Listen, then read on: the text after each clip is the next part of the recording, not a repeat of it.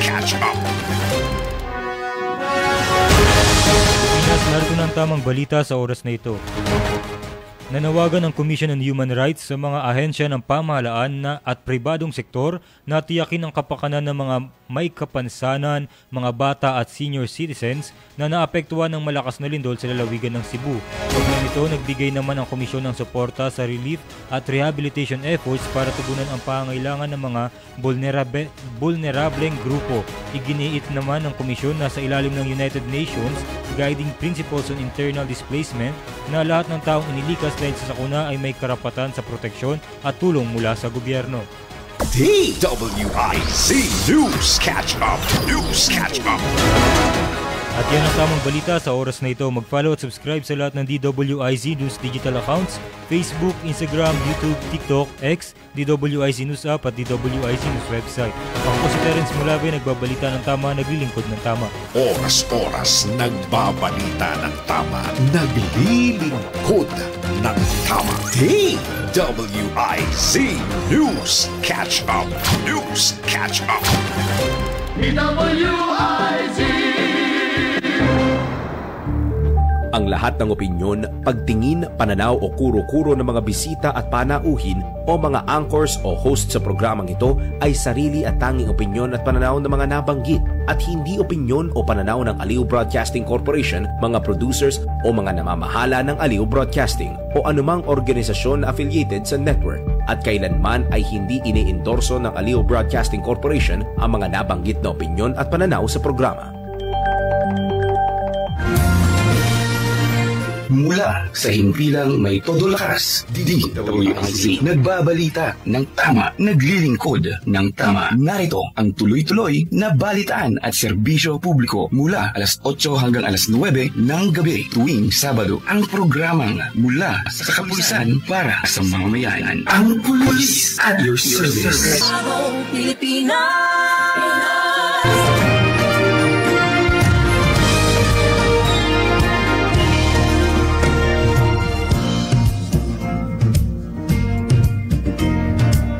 Gabi, Luzon, Visayas at Mindanao. Ngayon ay araw ng Sabado, ika-4 sa buwan ng Oktubre, taong kasalukuyan. Sa ngalan pa rin po ng pamunuan ng Pambansang Pulisya ng Pilipinas, binabati po natin ang Acting Chief PNP Police Lieutenant General Jose Melencio C. Nartates Jr. Nais din po nating batiin ang Direktor ng Directorate for Police Community Relations, Police Major General Roderick Augustus B. Alba at ang aming Direktor ng Police Community Affairs and Development Group, Police Brigadier General Marvin Joe Saro at ang Command Group. Good evening po sa inyo mga sirs. Kami po ang inyong makakasama ngayong gabi. Ako po si Police Lieutenant Colonel Brenda O. Garcia, Officer in Charge ng Information Communication and Development Division ng Police Community Affairs and Development Group. At ako naman po si Police Captain Sherry Vicente at ito po ang bagong edisyon ng programang mula sa kapulisan para sa mamamayan. Ito ang Police at Your Service. Police at your service. Police at your service.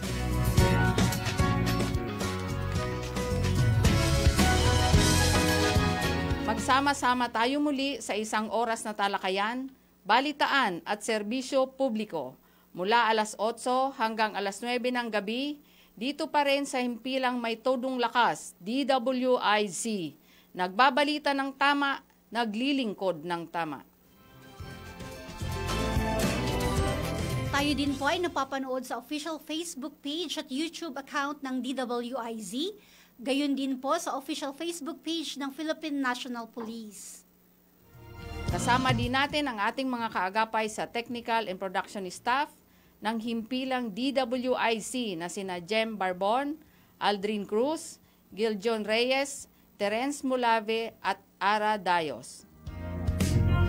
Para naman sa komento o serbisyo na maaari naming maibigay, tumawag lamang sa aming hotline sa 8470-175055 o sa 7746-1090 o tumawag at mag-text sa 0908-136-6060.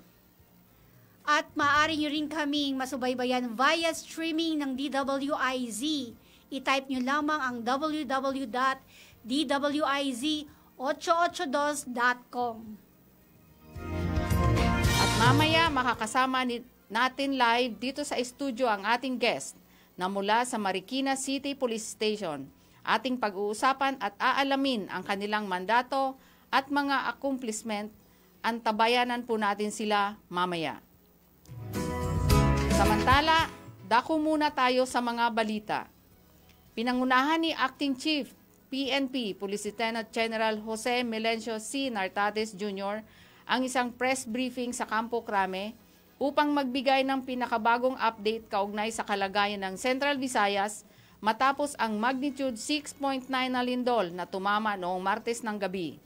Kasama si PNP spokesperson at Chief Public Information Office, Police Brigadier General Randolph Tituanyo at ang mga opisyal mula sa Directorate for Police Community Relations na pinangunahan ni Police Brigadier General Antonio Maraliag Jr.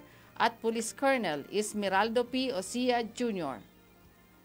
Binahagi rin nila ang mga isinagawang operasyon sa mga apektadong lugar tulad ng search and rescue, damage assessment, road clearing at pagbibigay seguridad sa mga kritikal na struktura. Iprinisinta rin ni Police Colonel Ramon Pranada, Chief ng PNP Command Center, ang pinagsama-samang datos kaugnay sa deployment ng mga tauhan at iba pang mahahalagang update mula sa mga field units. Tinutukan din ng Command Center ang real-time monitoring upang masigurong mabilis ang tugon ng pulisya sa anumang sitwasyon. Tiniyak ni Acting Chief PNP Police Lieutenant General Nartates ang patuloy na presensya at suporta ng kapulisan sa mga komunidad sa Central Visayas. Bukod sa pagpapanatili ng kaayusan, nakatuon din ang PNP sa pagbibigay ng agarang tulong, proteksyon at malasakit sa mga lugar na matinding naapektuhan ng sakuna.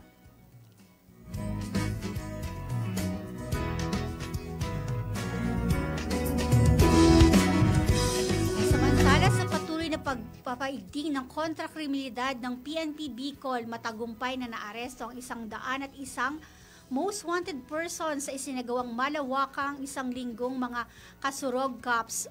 Nakatutok dyan si Police Patrol Woman Vanessa Sol. Nasa kabuuang 101 wanted person ang naaresto sa isang linggong operasyon na isinagawa ng Police Regional Office 5 sa pamumuno ni Police Brigadier General Nestor C. Babagay Jr., Regional Director ng Bicol Region. Isa ang naitala sa regional level, 13 sa provincial level, 6 sa city level, 18 sa municipal level, at 63 na classified as other wanted persons. Ang mga inarestong individual ay nahaharap sa malawak na hanay ng mga kaso, kabilang ang pagpatay, panggagahasa, paglabag sa iligal na droga, at iba pang malubhang krimen. Ang mga operasyon ay naging posible hindi lamang sa pamamagitan ng pagsisikap ng pulisya, kundi sa pamamagitan din ng matibay na pakikipagtulungan sa pagitan ng mga alagad ng batas at ng publiko. Tiniyak ng Police Regional Office 5 sa mga Bicolano na pananatilihin nito ang mga operasyon nito laban sa mga wanted na kriminal at lalo pang paigtingin ang mga proactive na hakbang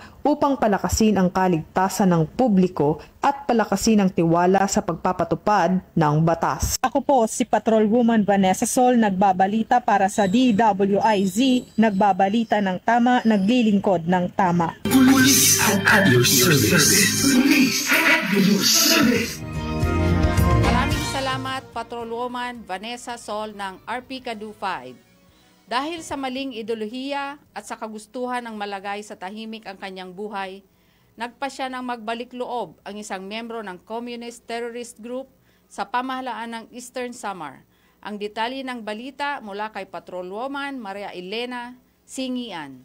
Tuluyan ng winakasan ang pakikibaka at kustang nagbalik loob sa pamahalaan ng isang miyembro ng Underground Mass Organization sa Barangay Garden, Arteche, Eastern Samar. Ang pagbabalik loob ay resulta ng matagumpay na pakikipagnegosasyon ng mga tauhan ng 801st Maneuver Company Regional Mobile Force Battalion 8 kasamang Provincial Intelligence Team Northern Samar, Regional Intelligence Unit 8, 1st Eastern Samar Provincial Mobile Force Company at Northern Samar Provincial Intelligence Unit. Samantala, nakatanggap naman ang nagbalik loob ng agarang tulong pinansyal at food packs mula sa mga kapulisan. Ang nasabing surrendery ay nasa kustudiya ng 801st Maneuver Company RMFB 8 para sa kanyang posibleng enrollment sa programa ng ating gobyerno na Enhanced Comprehensive Local Integration Program o ECLIP. Ang pagbabalik loob ng dating membro ng UGMO ay patunay ng matagumpay na pagpapatupad ng mga programa ng pamahalaan laban sa insurhensya at terorismo na nagsusulong ng kapayapaan at kaunlaran tungo sa pagkamit ng isang bagong Pilipinas. Ako po si Patrolwoman Maria Elena Singian para sa Himpilang May Todong Lakas, DWIZ. Nagbabalita ng tama, naglilingkod ng tama. Police at your service. Police at your service. Maraming salamat, Patrolwoman Singian. Samantala, matagumpay na naaresto ng mga otoridad ang number 1 most wanted person ng Manila Police District sa San Andres, Catanduanes. Police Corporal Angeli Torrecampo sa balita.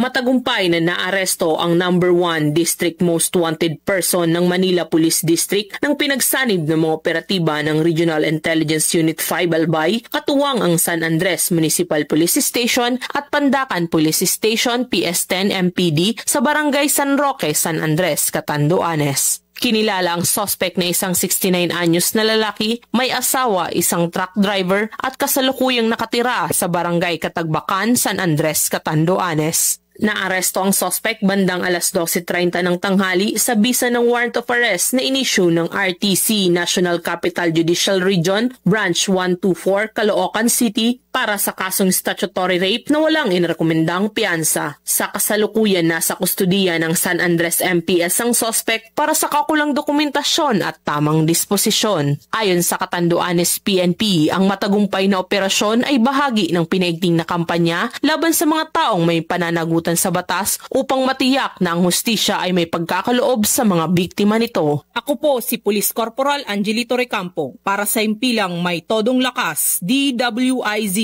Nagbabalita ng tama, naglilingkod ng tama. Police at your service. Police at your service. Maraming salamat, Corporal Torrecampo. At sa huling balita, dahil sa walang humpay na operasyon ng pambansang pulisya kontra iligal na droga, nakadiskubre ang Kalinga PNP ng mahigit kalahating bilyong pisong fully grown marijuana sa Kalinga. Isinagawa ito ng Kalinga PNP sa Budbod Property Layan, Kalinga. Ibabalita yan ni Police Master Sergeant J. Ford Junicio. Dahil sa walang humpay na kumpanya kontra iligal na droga, nadiskubre ng Kalinga PNP ang 600,000 halaga ng fully grown marijuana plants sa Barangay Budbod Proper, Tinglayan, Kalinga. Nito lamang ika-13 ng Setyembre taong kasalukuyan. Ang matagumpay na operasyon ay dahil sa pinagsanib na pwersa sa pangunguna ng Tinglayan Municipal Police Station, katuwang ang 1st and 2nd Kalinga Provincial Mobile Force Company, Provincial Drug Enforcement Unit ng Kalinga Police Provincial Office, Regional Mobile Force Battalion 15 at Philippine Drug Enforcement Kalinga Provincial Unit. Nagresulta ang operasyon sa pagkadiskubre ng isang plantasyon ng marijuana plants na may lawak na humigit kumulang 300 square meters at may kabuuang tanim na 3,000 fully grown marijuana plants na nagkakahalaga ng 600,000 pesos. Bagamat walang nahuling cultivator, lahat ng nadiskubring marijuana ay binunot at sinunog sa mismong lugar at ang sapat na sample ay dinala sa Kalinga Regional Forensic Unit para sa qualitative test. Ang matagumpay na operasyon ay bilang pagsuporta sa isinusulong ng Pangulong Ferdinand R. Marcos Jr. na whole of the nation approach para maging illegal drug-free ang ating bansa. Para sa Himpilang May Todong Lakas, DWIZ, ako po si Police Master Sergeant J. Ford Junicio. Nagbabalita ng tama, naglilingkod ng tama. Police at your service. Police at your service. Maraming salamat, Police Corporal Junicio. Maraming salamat sa mga PNP correspondent na mula sa ating mga Regional Police Community Affairs and Development Units. At magbabalik po muna ang ating programa, makaraan ang ilang paalaala. Police at your service. Police at your service. Dahil ang balita hindi tumitigil. Dahil ang balita tuloy-tuloy na nangyayari. Dapat alam mo ang latest kahit ang mga taong nasa likod ng balita. Kaya makibalita kay Senyor Balita! Araw-araw, Lunes hanggang Biyernes, kasama si Ray Pacheco. Live na mapapakinggan sa DWIZ. Panoorin ang live sa Aliw 23 at naka-live din sa DWIZ Facebook, YouTube at DWIZ News website. Kaya mga senyorito at mga senyorita, mga senyor, mga senyora, makibalita na kay Senyor Balita. Monday to Friday, alas 3 ng hapon. Bahagi pa rin ng DWIZ News Hapon Highlights. Nagbabalita ng tama, naglilingkod ng tama. Balitang mas maganda pa sa good news. DWIZ, the better news. Patuloy na binabago ng Pantawid Pamilyang Pilipino Program o 4Ps ang buhay ng milyon-milyong Pilipino. Simula nang ipatupad ito, mahigit 4.4 milyong pamilya na ang natulungan sa edukasyon, kalusugan at pang-araw-araw na pangangailangan. Ayon sa Department of Social Welfare and Development o DSWD, noong 2024 lamang ay mahigit 100 billion pesos ang nailaan sa cash grants para sa mga benepisyaryo. Dahil dito, marami sa mga kabataan sa programang ito ay patuloy na pumapasok sa eskwela at bumaba rin ang malnutrisyon sa mga batang edad 5 pababa. Sa kabila ng hamon ng kahirapan, ang 4Ps ay patuloy na nagbibigay ng oportunidad upang magkaroon ng mas maliwanag na kinabukasan ang bawat pamilyang Pilipino. At yan ang balitang mas maganda pa sa good news, the better news. Pagsapit ng alas 12 bago ka mag-lunch o kaya nagla-lunch ka, dagdagan pa ang mga alam mo para hindi ka naman huli sa balita. Live sa DWIZ Manila at sa lahat ng DWIZ News FM sa buong Pilipinas, Luzon, Visayas at Mindanao. At mapapanood ng live sa Aliw 23 Free TV at sa lahat ng digital channel ng DWIZ. Ang Balitang Bayan. Mga balitang nangyari lang at kasalukuyang nangyayari. Balitang Bayan. Kasama ang opisyal na tagagising ng bayan, si Drew Nasino. Di ka aantukin kapag nalaman mo na ang latest sa Balitang Bayan. Sa patuloy na pagbabalita ng tama at paglilingkod ng tama. Balitang Bayan. Araw-araw, 12 noon.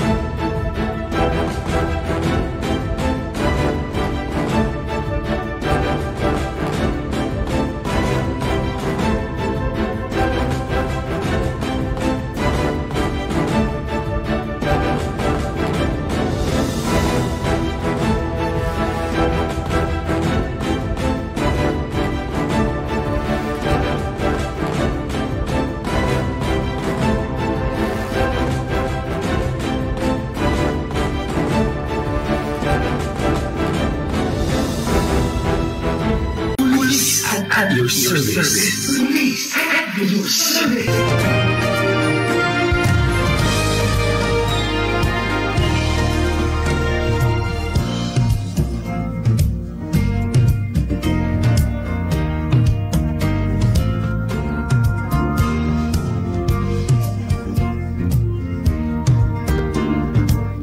Nagbabalik po ang ating programang Police at Your Service dito sa himpilang ng Todong Lakas, DWIZ. At ang oras po natin sa buong Kapuluan ay ganap ng 8:21 po ng gabi. So, Cherry. So, ipakilala mo, Cherry, ang ating, yes po. Sa ating pong pagbabalik, kakasama po natin ang ating guest mula po sa Marikina Police Station. Walang iba po kundi si Police Captain Julius Christie. Siya po ang Chief Station Police Community Section po ng Marikina Police Station. Sir, magandang gabi po. Welcome po sa ating programang Police at Your Service. Sir, maaari muna po kayong bumate sa ating mga tagapakinig at tagapanood. Yes po, ma'am.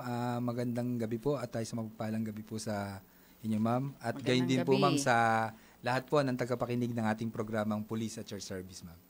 Yes. So, bago po tayo magsimula, sir, kumusta po ang ating mga kasamahan sa Marikina City Police Station? Sa ngayon po, ma'am, maayos po ang ating mga kapulisan sa lungsod po ng Marikina at patuloy po ang paghahatid po natin ng serbisyong tapat at maasahan sa ating mga kababayan sa ating lungsod. So, okay? Opo, napakaganda po na mataas po ang moral po ng ating mga pulis sa Marikina. Sir, bago po tayo magpatuloy, nais lang po naming maitanong kung ano po ang pangunahing mandato po ng Marikina Police Station. Yes po, ma'am. Ang pangunahing mandato po ng ating Marikina City Police ay makapaghatid po ng serbisyong maasahan at masigurado po yung kaligtasan po ng ating mga kababayan sa Marikina at maprotektahan po yung kanilang mga karapatan alinsunod po sa batas na ating pong ipinapatupad, ma'am. So, okay. Napakaganda naman po ng inyong ng mandato at dahil diyan, ma'am, pwede natin din silang matanong po dahil po maganda po ang ating pagkakalatag sa ating mandato. Ano po yung mga accomplishments po naman po natin sa Marikina nitong mga nakaraang buwan? Ma'am, pagdating po sa aming operational accomplishment, ibibida ko na po yung aming notable at significant accomplishment for the month of September po, ma'am, no? Kasi nasa umpisa pa lang po tayo ngayon ng October, no? So, pagdating po, ma'am, sa aming top 10 most wanted person for the month of September, ay 7 po dito ay amin pong naaresto, no? Kabilang po, 3 po dito ay kabilang po sa district at regional level po natin, no? So, pinapakita po natin dito na ganun po tayo ka-eager para po mahuli at maaresto po natin yung mga akusado na nagtatago po sa batas. Dahil sabi nga po natin, ito lamang po yung hustisya na may ibibigay natin sa kanilang mga naging biktima, no? Yes, kaya talaga pong tinrabaho po ito ng ating mga kapulisan. And then, pagdating naman po, ma'am, sa aming operation accomplishment, pagdating po sa anti-illegal drugs, ay nagsagawa po ang aming kapulisan, ang aming mga operatiba, nakapagsagawa po tayo ng 15 operation nito pong buwan ng Setyembre na nagresulta po sa pagkaka-aresto po natin sa 25 personalidad. Ang dami. At pagkaka-recover po natin ng humigit kumulang na 103.8 grams ng shabu at 27.3 grams po ng marijuana na mayroon pong tinatayang aabot na standard price value na 712,595, no? At iyayabang ko na din po, ma'am, na ang Marikina City Police Station po ay nag-number 5 po sa NCRPO sa third quarter po pagdating po sa anti-illegal drug operation. At nag-number 1 naman po ang Eastern Police District. Oh, napakagandang accomplishment ng Marikina City Police Station. Congratulations sa Marikina City Police Station. So, ano-ano naman po ang pangunahing programa at inisyatibo ng inyong istasyon upang mapanatili ang kapayapaan at kaayusan sa inyong nasasakupan sa Marikina? Yes po, ma'am. Isa po sa programa na inilunsad po ng aming istasyon ay yung tinatawag po namin ngayon na parang surprise or unnoticed na anti-criminality operation. Ito po ay ginagawa namin sa bawat barangay, no? So meron po kaming 16 na barangay, nag-i-schedule po kami dyan per barangay ng aming anti-criminality operation, na kung saan po malaking puwersa po ng ating kapulisan yung inilalagay po natin doon para magsagawa. Sabay-sabay po natin ginagawa yung ating mga enhanced managing police operation, gaya po halimbawa ng Oplan Sita, Galugad Bulabog, Oplan Bakal, at yung mahigpit po nating pagpapatupad ng ating lokal na ordinansa, no? Sabay-sabay po natin yung ginagawa. Layon po natin dito na maipakita po natin yung kaseryosohan po ng ating kapulisan para makita nila kung gaano po kahalaga yung pagkakaroon ng disiplinadong komunidad, no? At bukod po dyan, ma'am, bilang pagpapalakas po sa ating police visibility, no? Muli po namin ibinalik yung aming pong mga police fixed visibility posts. Bali, meron po kaming 17 na fixed visibility posts na nilagay sa aming mga area of convergence. Ito po ay ginawa po natin para po mabigyan po natin ng kapanatagan yung ating mga kababayan ng mga nasa lansangan, no? Dahil syempre, ito po isang crime deterrence natin. Pag nakita po ng ating mga kababayan na may pulis po dito, hindi po sila nangangamba na maglakad kahit po di sa oras ng gabi. Siyempre, pag nakakakita naman talaga ang ating komunidad ng mga PNP personnel na kumbaga parang naglalakad-lakad or nakaposte sa mga, lalo dito sa mga, yung sinasabi mo kanina na places of convergence. So, yung mga, naman natin, mga kababayan is, nagkakaroon sila ng kapanatagan. Pag may mga nakikitang mga police officer sa lansangan. Yes po. Parang yan po ba yung nasa programa ng ating acting chief po na ito ang serbisyong mabilis dahil po in every diversion may mga police po tayo. Mabilis po na serbisyo, tapat po at nararamdaman kasi po direct po tayo sa community po. Tama po, ma'am. Opo. Dahil ang ganda po kasi ng mga naging feedback eh. Kung maalala nyo po, parang tinanggal po natin yung pansamantala. So meron po kami mga nakausap na mga sa community natin, yung mga elders natin, mga bakit daw nawala, ganito ganyan. Dahil pag daw nandun yung police, minsan daw inaalalayan pa silang tumawid pag mayroon sa mga post. So maganda po yung feedback. Kaya po naisip po talaga din natin na talaga kailangan po na maibalik natin para po sa ating mga kababayan sa lansangan. Salamat. Maraming salamat. Marikina City Police Station sa ganyang operational natin kasi kasama yan sa operations natin eh. So,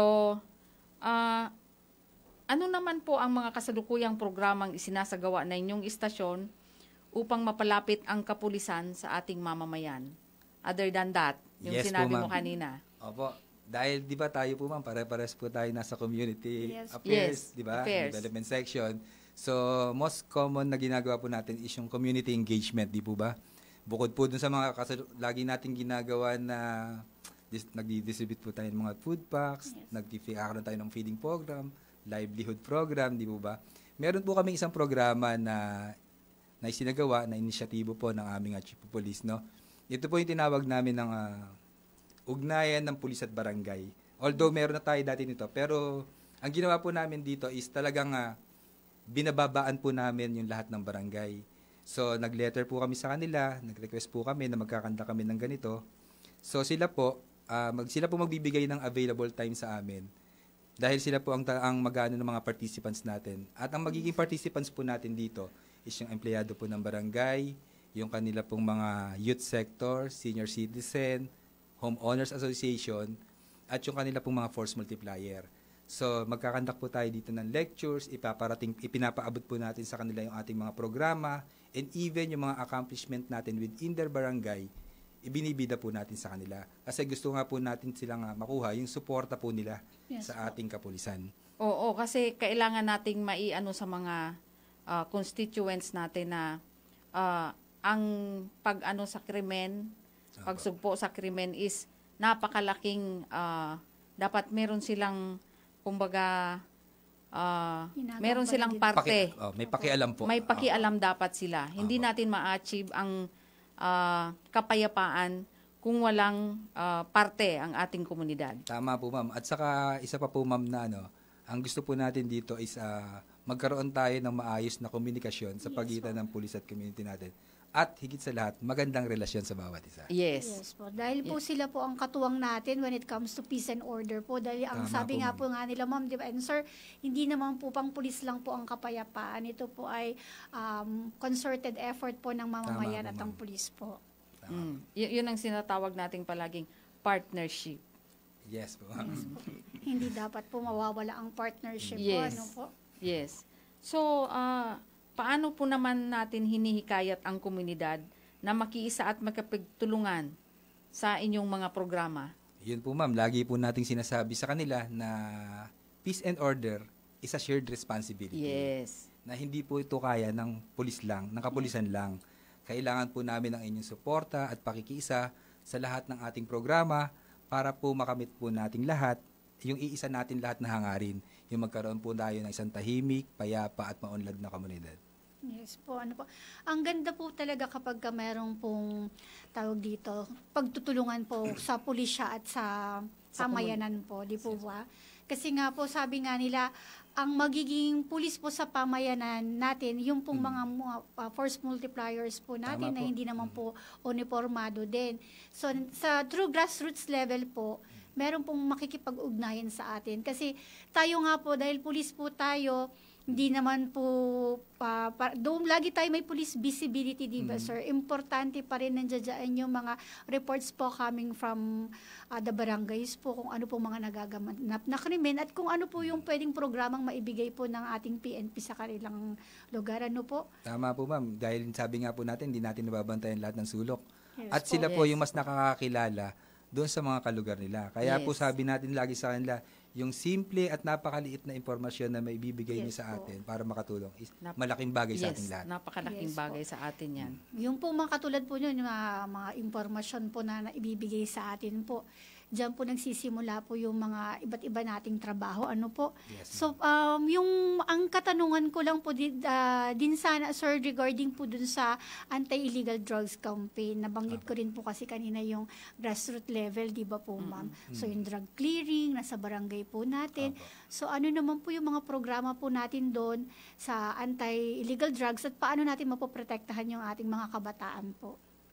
Pagdating po sa ating programa sa anti-illegal drugs sa ating mga kabataan, ma'am, unang-una, meron po tayong tinatawag na Project Ready. Tama po, di ba? Yes, Project Ready. Ito po yung Resistance Education Against Drugs for the Youth.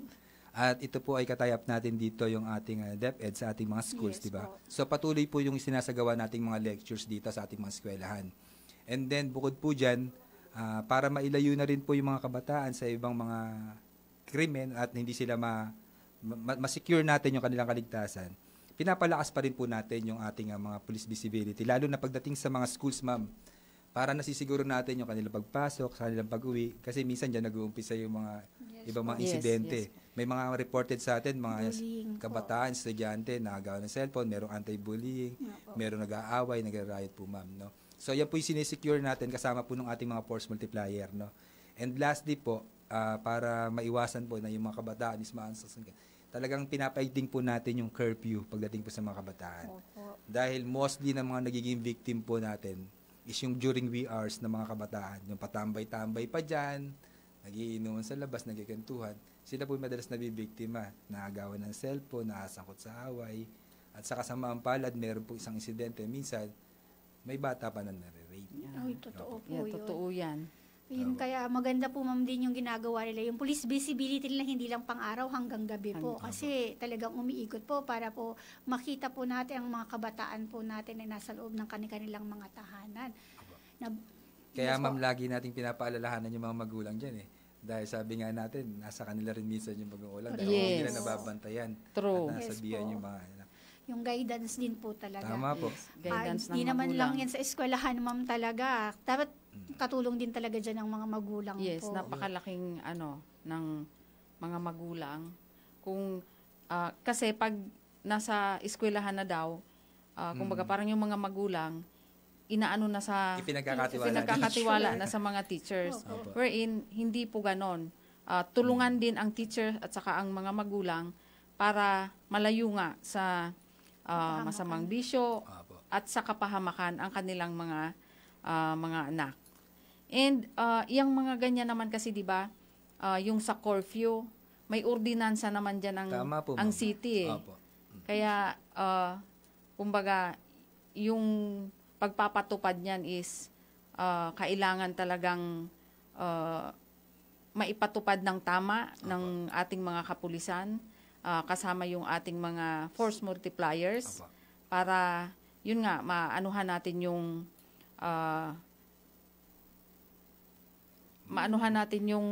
maiwasan na maging biktima po sila. Maiwasan na maging biktima sa karahasan itong ating mga kabataan. Yes po, ma'am. Nabanggit din po kanina ni Sir Christy regarding po dun sa Project Ready. Ano po, sir? Sir, yung sa Project Ready, sir, ito po yung kapalit po ba ng DARE na ano po? Opo, ma'am. Parang gano'n po. Yun po, usually po kasi ma'am, nung nandun pa po ako sa kabilang unit, hawak din po namin yung sa Project Ready. Napakainam din po talaga na masubaybayan po yung mga bata. As in, 4 modules po, ano po? Opo. Yun po yung kainaman po doon. Naging aware sila sa murang edad nila naman pagdating sa At saka, sir, parang according dun sa age po nila, may kanya-kanyang, may age bracket po, para mas maunawaan. So, napakaganda pong marinig po na sa istasyon na po ay pinai-implement na ito, ma'am, kasi dati sa NOSU lang po na sila ang nagpapagawa. But this time ang bumababa lang, ma'am, yung may hawak mismo na yes po. This time po, katulong na po ang ating mga police stations po. Nagagalak naman ako, sir, at talagang napapatupad natin tong Project Ready at nangangailangan po talaga ang mga kabataan po natin ng awareness regarding po sa illegal drugs. Sir, maiba naman po tayo. Sir, ano naman po yung mga pinapatupad po natin sa station regarding po sa Unified 911 ng ating DILG po? Yun po, ma'am. Napakagandang question po, no? Dahil lang Unified 911 po is pangkalahatan na under ng DILG po, yes, ma'am, no? So, bago pa po, ma'am, natin ito naumpisahan, no? Ang pinaka-importante po rito is yung maibigay natin yung impormasyon at kaalaman sa ating mga kababayan. Yes, po. Kasi hindi po ito magiging matagumpay kung yung ating mga constituents, yung ating mga kababayan, is wala silang impormasyon at hindi nila alam kung ano po ba itong Unified 911. Yes, so, yan po yung unang-una po nating ginawa. At, awareness, sir. Yes po. Ipinaalam po natin ito sa mga kababayan. Nagbibigay po tayo ng mga flyers. And during our conduct po ng mga ugnayan, mga lectures, diyan po namin, pinapakita po namin yan yung Unified 911. Yes. Nagbibigay po tayo ng mga flyers sa kanila at sinasabi po natin sa kanila na anuman po mga emergency na meron kayo, ay eto na po yung inyong tatawagan. At sinasabi rin po natin sa kanila at kabilin-bilin na natin sa kanila na maging responsable rin po tayo sa paggamit ng numero na ito. Yes. Dahil hindi po lahat itinatawag natin dito. Yes. Hindi po kung maingay lang kapitbahay mo, i-report mo na dito. Yun po ang mahalagang maipaalam natin sa kanila patungkol po sa Unified 911. So far po, ito po, masasabi ko naman na halos yung mga constituent namin sa Marikina is aware na po dito sa 911. Maganda nga po talaga yung dial 911 po for emergencies. For 1, we have the police force po. Then 2 for the fire and 3 for medical response. Sir, regarding po dito sa ating Unified 911, bukod po sa awareness, sir, ano po yung mga po natin, mga pinapatupad po na programa, ano po yung mga hakbangin natin para makapabilis po ang tugon natin sa mga insidente? Yun, ma'am, syempre po, kahit na alam naman natin na nag-i-start na to at marami na tayo mga actual na tawag at mga success stories na meron dito, patuloy pa rin po yung isinasagawa natin na simulation exercise. Yes po, sir. Syempre, para po ma-maintain natin yung operational readiness at alertness ng ating mga responders on the ground, ng ating mga police, no? At saka dito po itinatala po natin sa ating Tactical Operations Center. Mag-umpisa po na-receive natin yung tawag. Ito po sa actual na po natin, even sa CIMEX, no? Tinatala natin dito kung kailan natin na-dispatch yung tao natin, kung kailan sila nakapag-response. At nakikita talaga natin na talagang masasabi natin na handa na at alerto na yung ating mga kapulisan pagdating po sa pag-responde sa tawag po ng 911. Yes po. Napakaganda po talaga, sir, ng 911, sir.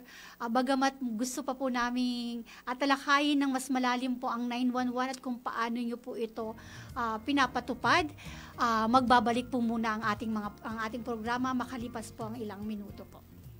Police at your service. Police at your service. Sa makabagong panahon, hindi na maiiwasan ang paggamit ng gadget sa eskwelahan man, lalo na sa trabaho, dahil hindi mapagkakaila na mas napapabilis nito ang mga gawain. Pero dahil sa pagiging babad sa gadget at pagkakaroon ng mahabang screen time, totoo nga ba na nasisira ang paningin ng isang tao? Tara, let's prove it! Bago maniwala sa mga claim na yan, patunayan na yan sa Let's Prove It! Ayon mismo sa ophthalmologist, retina specialist at medical doctor na si Dr. Doms Dator sa isang episode ng Life Balance, wala pang pag-aaral na napapatunayan na nagiging sanhi ng pagka-damage ng paningin ang blue light na nanggagaling sa mga gadgets. So until now, kasama ng Philippine Academy of Ophthalmology at American Academy of Ophthalmology ay hindi namin tinatanggap or ina-accept na yung blue light na galing sa cellphone or gadgets ay kayang makadamage ng ating mga mata dahil wala pang nagpapatunay dyan. Dagdag pa nito, bagamat hindi nagkukos ng eye damage ang blue light exposure, mari naman itong maging sanhi ng mabilis na pagkapagod ng mga mata o yung tinatawag na digital eye strain at dry eye syndrome. Nilinaw naman ni Dr. Dator na kung ikukumpara sa mga matatanda, nagde-develop pa ang mga mata ng mga batang 7 years old pababa, kung kaya mas mainam na maging limited ang paggamit nila ng gadget at huwag masyadong malapit dahil dito maaaring magsimula ang pagkalabo ng kanilang mga mata o pagtaas pa ng grado ng mga ito. Ang payo niya, gawin ang 20-20-20 rule para maiwasan ang pagsakit o pagdry ng mga mata. Sa bawat 20 minuto, ipahinga ang mga mata mula sa mga activities sa loob ng 20 seconds sa pamamagitan ng pagtingin sa isang direksyon na 20 feet ang layo para makapagpahinga. Nagkalat ang mga peking balita, mga peking produkto, peking seller, mga panlulokong gusto lang kumita ng pera at minsan buhay ang kapalit sa hangarin ng DWIZ na ibigay ang tamang balita, tamang paglilingkod, hatid sa bayan ang bawal ang peke. DWIZ, fact or fake. Abangan sa DWIZ News Nationwide, DWIZ News FM, DWIZ News TV at Aliw Channel 23 Nationwide. Ikalat ang tama, bawal ang peke. DWIZ, fact or fake.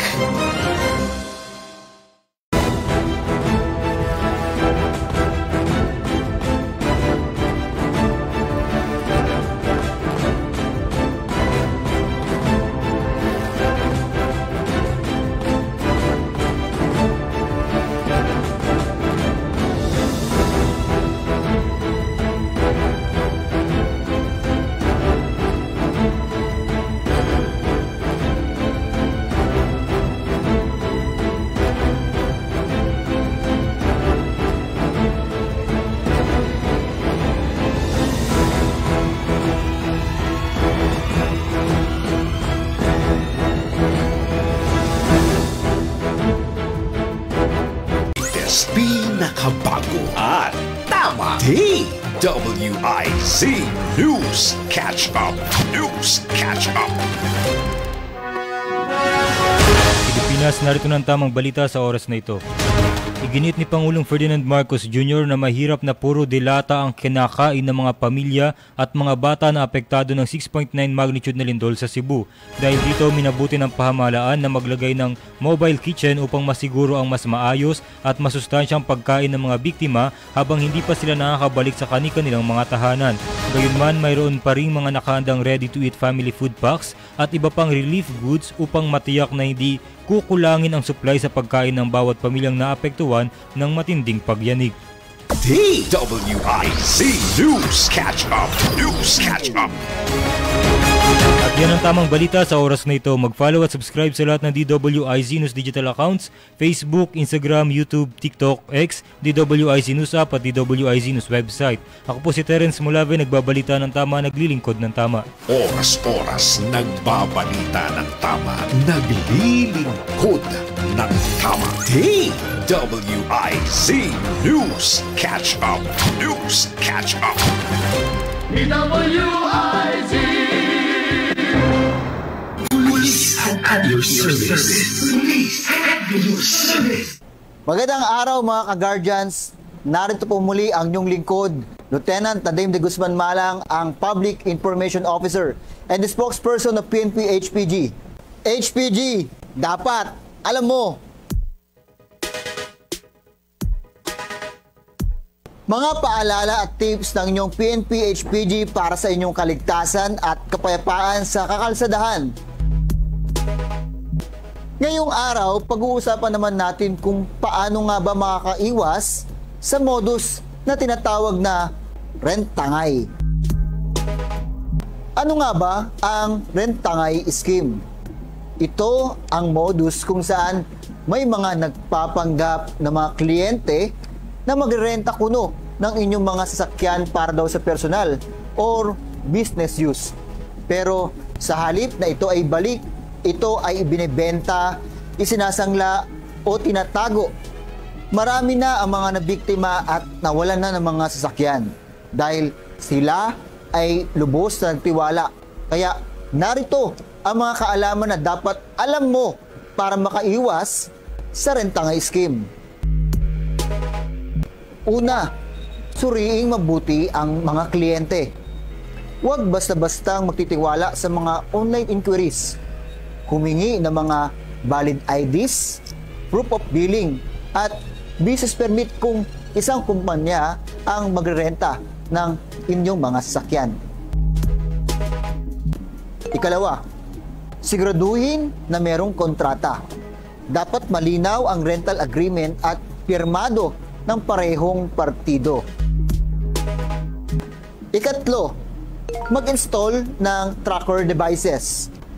Kung maaari, maglagay ng tracking devices or GPS sa unit para matuntun agad kung hindi na makontak ang taong nagrenta ng inyong sasakyan. Pang-apat, huwag papayag sa hindi formal na usapan. Kung cash basis at walang formal na kasulatan, baka scam na yan. Ikalima, makipag-ugnayan sa mga otoridad. Kung may mga hinala o hindi na makontak ang mga taong nagrenta ng inyong sasakyan, agad ipagbigay alam sa pinakamalapit na himpilan ng polis o sa PNP Highway Patrol Group. Mga ka-guardians, tayo ay palaging mag-ingat at maging mapanuri. Tandaan, ang inyong mga sasakyan ay mahalaga. Huwag basta-basta magtitiwala at siguraduhin ang inyong kaligtasan mula sa mga rent-tangay scheme. Mula Luzon, Visayas at Mindanao, bukas ang aming tanggapan para sa inyong mga reklamo, impormasyon o kung kayo ay naging biktima ng ganitong modus, tumawag sa PNP HPG sa hotline na 0998-598-8171 o makipag-ugnayan sa pinakamalapit na istasyon ng inyong PNP HPG. Ito ang HPG, dapat alam mo, para sa isang ligtas at maayos na biyahe kasama ng inyong PNP Highway Patrol Group.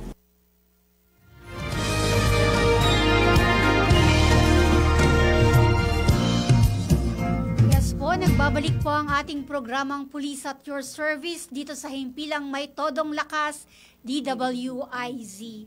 Sir, babalikan natin po yung ating usapan kanina. Ano po, nabanggit niyo po kanina kung paano natin isinasagawa ang Unified 911. Nandiyan nga po yung simulation exercises. Tinatala po natin po yung mga ginawa po natin simulation at ano po yung mga natagunan nating mga responde. Sir, maaari niyo po bang ibahagi sa amin kung ano po yung mga successful stories po ng ating 911 po? Yes po, Mama. Alam niyo po, Ma'am, marami na rin po kaming naitala na success stories pagdating po dito sa ating 911, no? At isa po dyan sa talagang nagmamarka sa amin is yung isang grade 12 student na biktima po ng isang robbery hold-up. Kung saan siya po ay papauwi na, naglalakad po, papauwi na po sa kanilang tahanan, nang may biglang isang nakabike na huminto sa kanya at tinutukan po siya ng patalim. At sinabihan po siya na ibigay yung kanyang cellphone. So sa madali pong salita, nakuha po nito yung cellphone. At daglian pong lumayo. Nagkataon po na meron pong isang concerned citizen na nakakita sa pangyayari. At ito po yung sinasabi natin kanina kung gaano po kahalaga na alam ng ating mga kababayan yung 911. Yes. Ito po yung tumawag sa 911. At nung matanggap po ng ating kapulisan yung tawag na ito, agad po itong narespondihan. At sabi ko nga po sa inyo, dahil talagang nakahanda na tayo at alerto, in the span of 2 minutes po, nakaresponde po yung ating mga mobile patrollers. Very good. At nahabol po nila kaagad yung ating suspect na nakabike. So, na-recover po natin yung cellphone ng ating victim at na-aresto po natin yung suspect, na ipakulong po natin. At ang isa pa po, ma'am, meron po tayo isang road rage sa daan, traffic, mainit po ang ulo ng mga driver. Nakita po nila na talagang naggigirian na, nagumuran na. Hanggang sa huminto sa isang gas station, doon na sila nagpang-abot. At nakita po, concerned citizen na naman po, nakita po niya na parang may bubunutin ng baril. Sinuntok na po yung driver po ng four-wheel vehicle kasi nakamotor po yung isang kan Naitawag din po sa 911. At less than 3 minutes din po, nandun po yung ating kapulisan. Na-aresto po natin yung suspect at talaga po naman na meron po talaga tayong nakuhang firearms dun sa tao. So, malaking bagay na napigilan natin yung pwedeng mangyari na mas malala pa sana ang insidente. Totoo po. At least wala pong iniimbestigahan na may casualty po, di po ba? Tama At least po. yung both buhay po sila at patuloy po, diyan po makikita natin talaga yung kahalagahan ng 911 na ang pag-respondi po ng kapulisan natin dahil po nga katulad ng binanggat nyo kanina, may mga pulis na po tayo sa bawat kanto po ng Marikina Police Station. No po.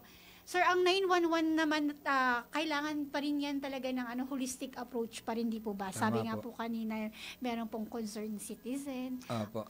Dahil po sa holistic approach na yan, sir, kumustahin ko lang po kung ano po ang ating relasyon naman po natin sa lokal na pamahalaan po dahil nga po ang 911 natin po, hindi naman po natin yan mabibigay ng 100% kung wala po ang suporta po ng lokal na pamahalaan po. Ang aming pong lokal na pamahalaan at ang aming kapulisan ay may maayos po na relasyon, no? Sila po ay laging nandyan para magbigay po ng tulong sa lahat po ng pangangailangan ng ating kapulisan upang maihatid po natin yung maayos na serbisyo sa ating mga kababayan. So, maganda po yung ating relationship dahil yan naman po ang pinakamahalaga sa lahat yung mayroong maayos na relasyon at ugnayan yung ating kapulisan at lokal na pamahalaan dahil pare-pares naman tayo lahat nangangarin. Yung pagsisilbi natin sa ating mga kababayan and at the same time, ma-resolve natin kung ano yung mga pangangailangan at problema ng ating mga kababayan. Yes po. Talaga namang ma'am, talaga ang partnership hindi mawawala sa PNP. Tama, ma'am. Sa Yes. lokal po, sa lokal na pamahalaan, sa ating community po, dapat po talaga working together po dahil nga po ang trabaho nga po natin mas mapapadali kung meron pong tulong mula po sa ating pamahalaan at sa ating pamayanan. Tama Kaya po. maganda rin po na ang relasyon po sa ating mga lokal na gobyerno po ay nasabi po natin na maganda po ang samahan dahil nga po nandiyan po yung pagbibigay ng suporta not only dun po sa mga kagamitan but din po yung moral po ng ating mga kapulisan po na tutugunan po ng ating lokal na pamahalaan. The simple po. thing lang po na na-appreciate ng ating Yes LGU, po. yung ginagawa na ating kapulisan Yes po. para mapanatili yung peace and order is malaking bagay na po sa ating kapulisan po yun. Para maboost po yung ating High moral na tayo Tama, doon. ma'am. At para maglingkod palalo at Yes magserbisyo palalo ng Yes. higit pa dun sa ine-expect sa atin ng tao. So, yung a little tap on the shoulder po Tama, na ma'am. parang we are appreciated po at hindi naman po puro na lang negatibo ang nakikita. Kung hindi po yung magagandang trabaho po ng ating kapulisan. Napakagandang pakinggan, sir, na ang ating pamahalaan sa Marikina ay nakasuporta sa ating mga kapulisan. Sir, gusto niyo po bang mag-iwan po ng mensahe sa ating mga kasamahan nun sa trabaho po bago po tayo magtapos ngayong gabi po? Sa kasamahan po sa trabaho at saka po sa mga kababayan na rin po namin, no? Yes po. Sa mga kasamahan po namin sa trabaho sa ating mga pulis po sa Marikina, wag po tayong mapapagod, no?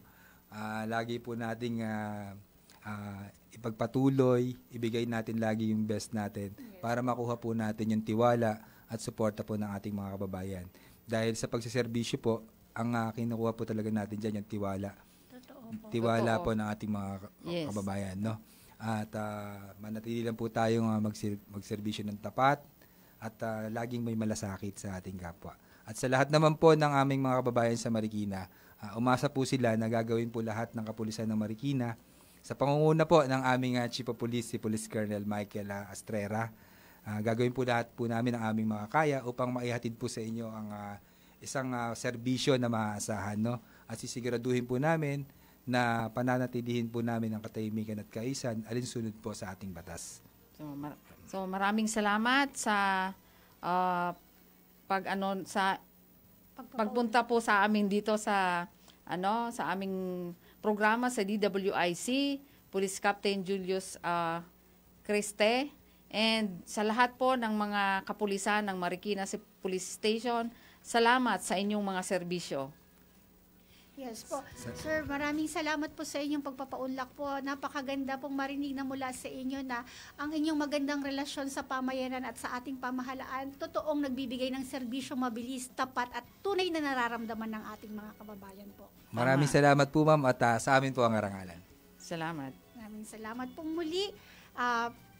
Sa ating pong mga tagapakinig, maraming salamat po sa inyong pagsubaybay at hanggang sa susunod na Sabado, magkita-kita tayong muli alas 8 hanggang alas 9 ng gabi dito sa Himpilang May Todong Lakas, DWIZ, nagbabalita ng tama, naglilingkod ng tama.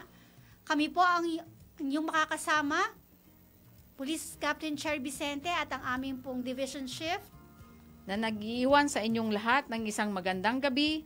At ito po ang programang mula sa kapulisan para sa mamamayan. Ito ang Police at Your Service. Mula sa Himpilang May